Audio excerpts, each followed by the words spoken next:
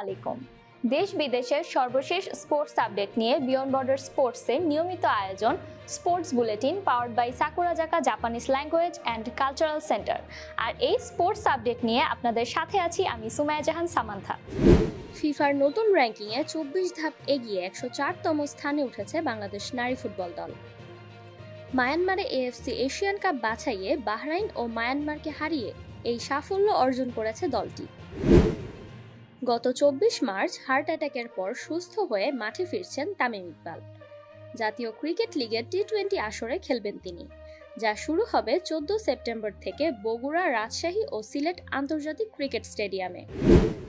AFC অনূর্ধ্ব 17 নারী Asian কাপের বাছাই পর্বে বাংলাদেশ পড়েছে এইচ গ্রুপে, সঙ্গে আছে স্বাগতিক জর্ডান ও চাইনিজ তাইপে। এছাড়া অনুষ্ঠিত ড্রয়ে জানা গেছে 27 দলকে 8 গ্রুপে ভাগ করা হয়েছে এবং ম্যাচগুলো জর্ডানে অনুষ্ঠিত হবে।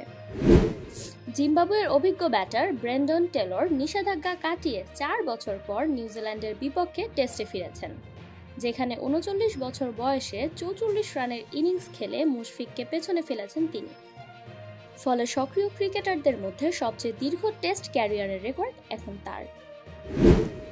বসুন্ধরা কিংসের সাবেক রোমানিয়ান কোচ ভ্যালেরি তিতে ফিফায় অভিযোগ করেছেন ক্লাবটি 3 মাসের বেতন সহ চুক্তির আরও কিছু সুবিধা দেননি বলে দাবি করেছেন তিনি। বিদায়ের সময় কিছু না বললেও দেশে ফিরে ফিফায় নালিশ করেন তিনি।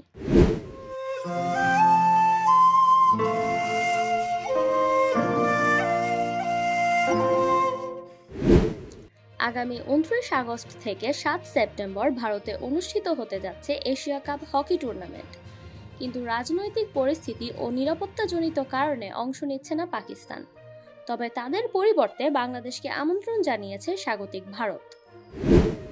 আবারও বাংলাদেশের ক্রিকেটে ফিরছেন অস্ট্রেলিয়ান কিউরেটর টনি হেমিং। এবার প্রধান কিউরেটরের পাশাপাশি হেড অফ টার্ফ হিসেবেও কাজ করছেন তিনি। এছাড়া দেশের পিচের মান উন্নয়ন ও কিউরেটরদের প্রশিক্ষণে নেতৃত্ব দেবেন হেমিং। প্রাক মৌসুম প্রীতি ম্যাচে রিও অ্যাভেকে 4-0 গোলে হারিয়েছে আল নাসের। ক্রিস্টিয়ানো রোনালদো হ্যাট্রিক সহ 3 গোল করলে জয়ী হয় দলটি। নারী ক্রিকেটারদের বেতন 50% বাড়িয়ে চুক্তি ঘোষণা করেছে পাকিস্তান ক্রিকেট বোর্ড। 20 জন শীর্ষ ক্রিকেটার ও ই ক্যাটাগরিতে 2 জন অনূর্ধ্ব 19 খেলোয়াড়কে রাখা হয়েছে এই তালিকায়। ইসরায়েলি হামলায় গাজায় নিহত হয়েছেন ফিলিস্তিনের সাবেক ফুটবলার সুলাইমান আল ওবেইদ। মানবিক সহায়তার অপেক্ষায় থাকা অবস্থায় হামলায় প্রাণ হারান তিনি।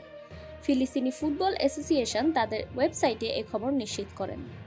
আর এই ছিল আমার হাতে থাকা সর্বশেষ স্পোর্টস আপডেট।